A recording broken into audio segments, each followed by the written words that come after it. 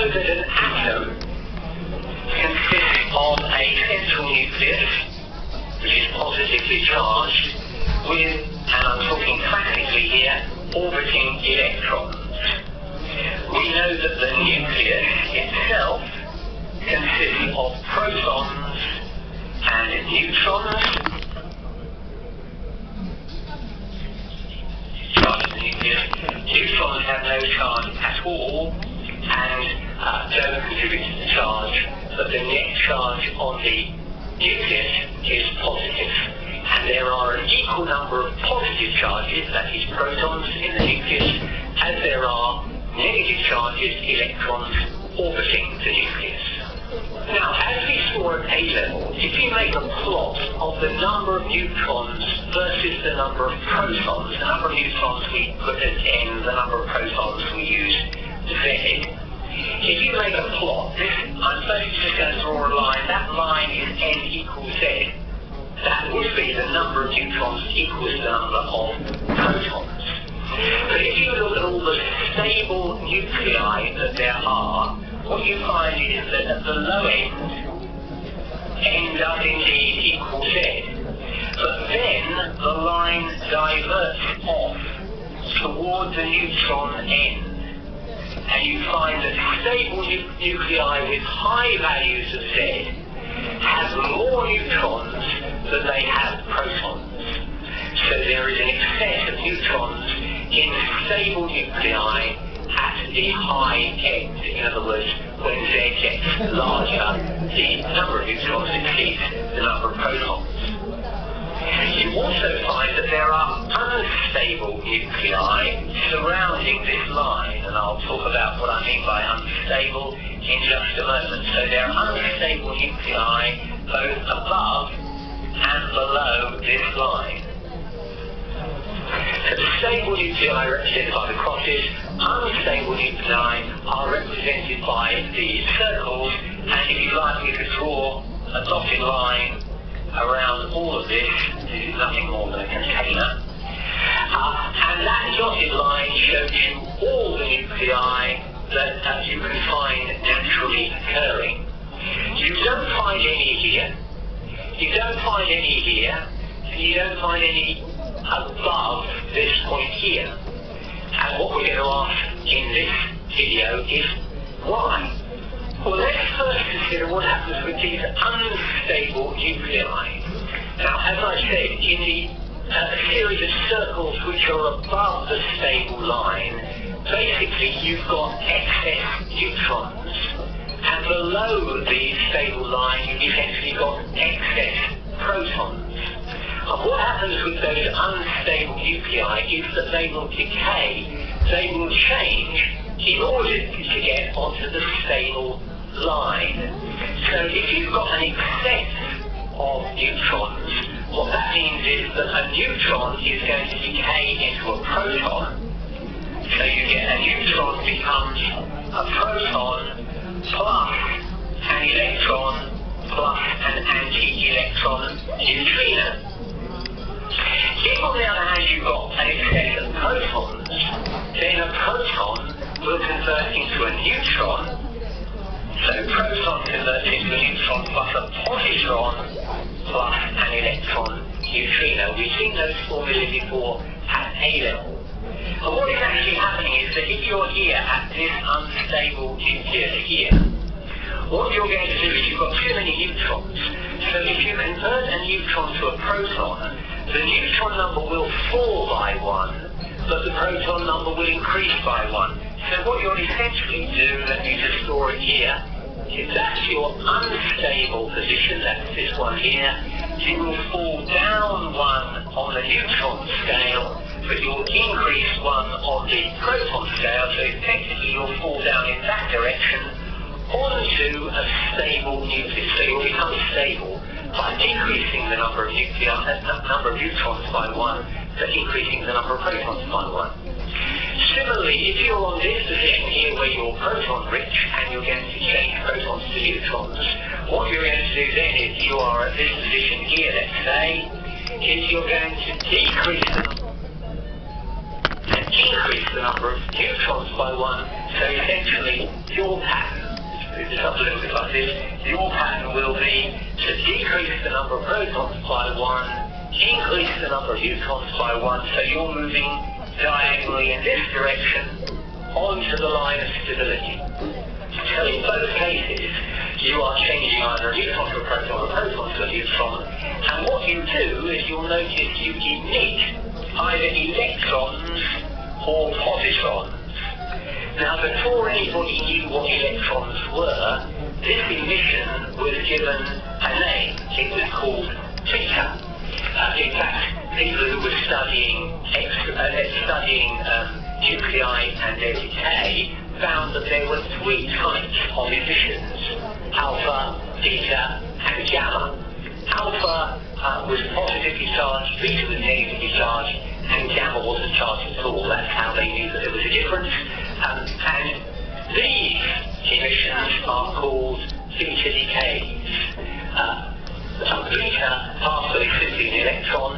A beta plus particle is simply a positron. So this decay happens by what's called beta decay, which is simply, if you're changing a neutron to a proton, you emit an electron. If you're changing a proton to a neutron, you emit a positron. And this is the way that unstable nuclei get back onto the stable line. If you get to the very high end, you don't get electron emission anymore, you get alpha particle emission. Suddenly you've got to start reducing by significant numbers of neutrons and protons. An alpha particle is 2 protons and 2 neutrons, and if you've got an alpha particle decay, it means that an unstable nucleus will reduce its neutron number by 2 and its proton number by 2 and move on to a stable position in that way. Now the question I'm essentially asking is, why is it that some nuclei are stable, some nuclei are unstable, and some nuclei don't seem to feature at all? What is causing this? And if we are speculating that there is a nucleus force, and we are, so we'll say here is the nucleus, and there's some kind of force that's holding it together, then it must be because there are protons and there are neutrons in this nucleus, and protons are positively charged, so there will be a Coulomb force, an electrostatic force between them, which will be a repulsive force, so it will be trying to push the protons apart and make the nucleus unstable. If the nucleus is stable, there must, as it were, be a stronger force, which we call the nuclear force, that's holding it together, and that force must be stronger than the Coulomb force that is trying to push it apart. Now, if there is this nuclear force, which is essentially putting its arms around the nucleus and saying, I'm going to hold you together, I'm going to bind you together, then what does it matter how many protons or neutrons you have in the nucleus if there's a nuclear force that's binding them? Well, if there is a nuclear force that's binding them together, then there must be some binding energy that is responsible for holding the nucleus together. And what is the source of that binding energy? Well, if you were, and this is just another thought experiment, if you were to take a set of scales and take the total number of protons in the nucleus and the total number of, that should be N, the total number of neutrons in the nucleus, so we've got Z protons and N neutrons, but you just take the number of protons and the number of neutrons, just take each individual proton out of a box and the right number of neutrons out of a box and put them on these scales. And on the other scale, you put the actual nucleus itself, which contains Z protons and N neutrons. What you find is that the mass of the individual protons and neutrons is greater than when those protons and neutrons are bound in a nucleus. There is what is called a mass deficit. Some of this mass has been lost when all these protons and neutrons are bound in the nucleus. And how does mass get converted into energy? Well, E equals mc squared. So what we're saying is that this very tiny amount of mass that is the deficit between the individual constituent particles and when they actually get bound together in the nucleus. That is responsible for the binding energy. In other words, the binding energy is the mass difference, or the mass defect, multiplied by c squared. Now, the mass of a proton is of the order of 10 to the minus 27 kilograms. And this mass difference will be much smaller than that. So we are talking tiny, tiny amounts of mass. But look, that tiny amount of mass is multiplied by c squared. C squared is 9 times 10 to the 16th. So you're already, that's almost 10 to the 17th, you're already converting that, and that will be in joules. And if you want to convert joules to electron volts, you multiply, not quite this, but you multiply by 10 to the 19. You actually divide by 1.6 times 10 minus 19, but we'll just look at orders of magnitude. So you can see that this is essentially 10 to the 17, this is 10 to the 19. All of this combined is a massive 10 to the 36 to get an energy in 10 to the 36 to get an energy in electron volts. So even though you've got a very, very small mass, smaller than the mass of a proton, you multiply that by 10 to the 36 to get EV, and what you actually find is the binding energy for a nucleus will not be in electron volts, but it will be in mega electron volts, NeV, as we shall see. Well, how are we going to measure this binding energy? Well, on the face of it, it's pretty straightforward, because we know that we just got to find the mass deficit and multiply it by c squared. Well, to find the mass deficit, what we need to do is to multiply the mass of a proton by the number of protons, plus the mass of a neutron, which we know, times the number of neutrons, and subtract from it the nuclear mass of the atom. The trouble is, measuring nuclear masses is more difficult than you may think, whereas measuring atomic masses is very easy. John Dalton, for example, the chemist, was measuring atomic masses way back in 1803, long before, 100 years before anybody even knew.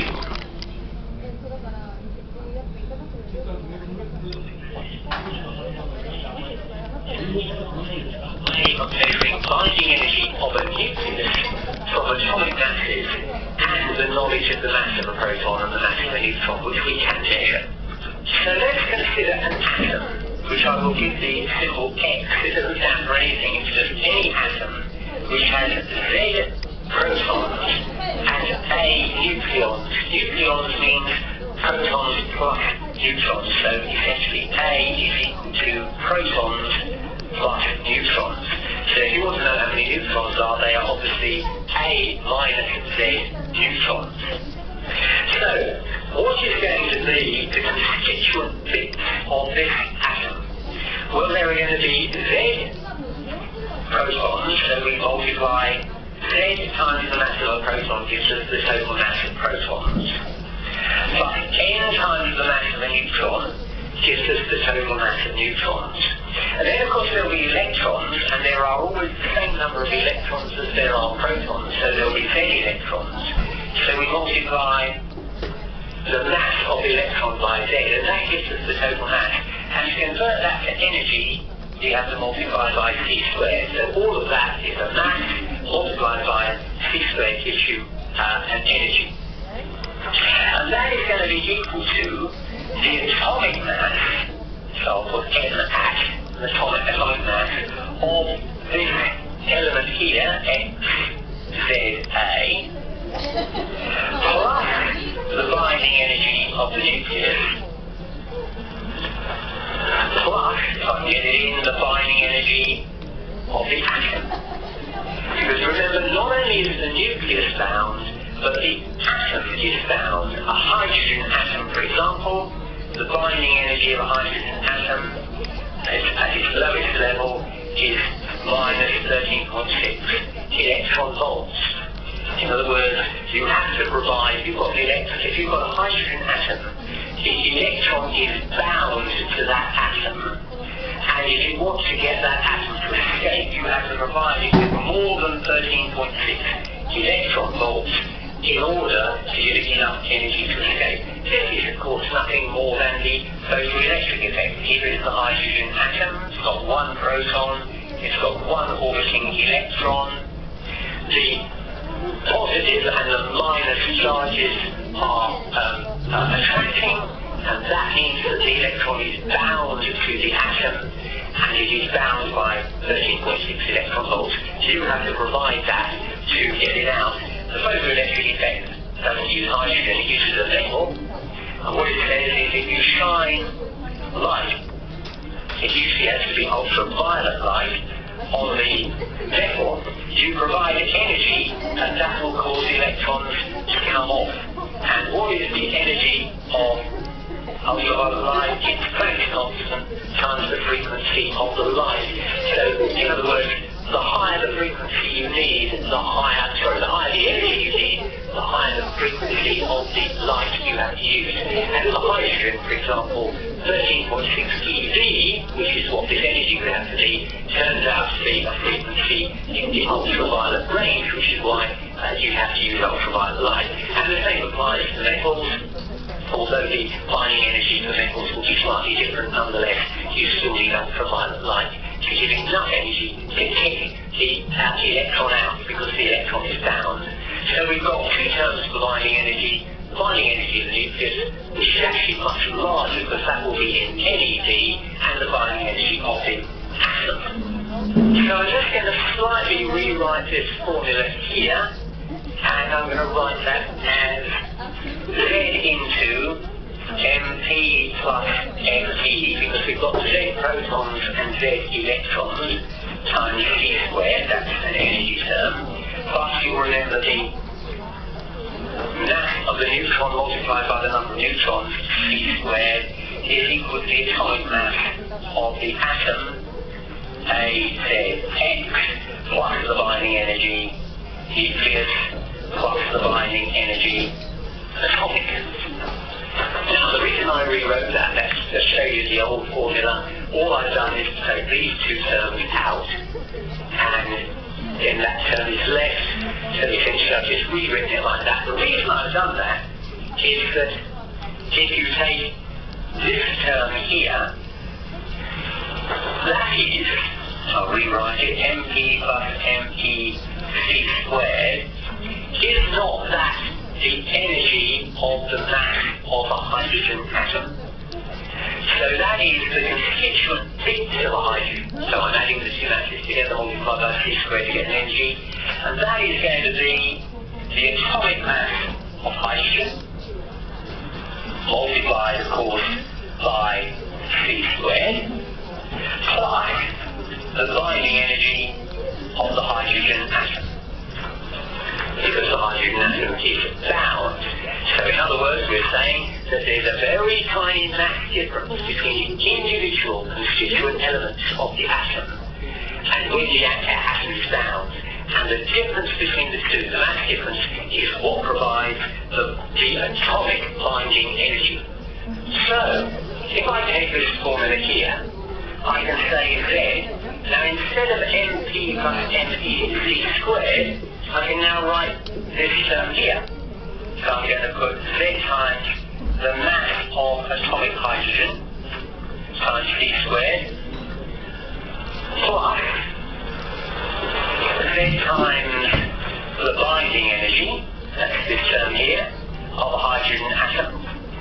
That's now rewritten in this way. Then I've got to add my NC squared, the number of neutrons times the mass of neutrons times C squared, is equal to what we had before, the mass of the atomic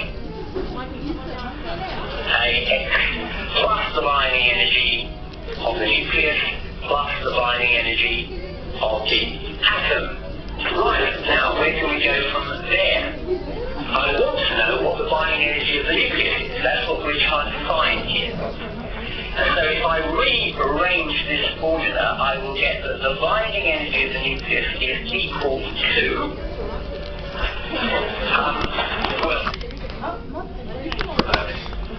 here we've got Z times the binding energy of the hydrogen atom. And here we've got the binding energy of this protons. The binding energies of atoms are in E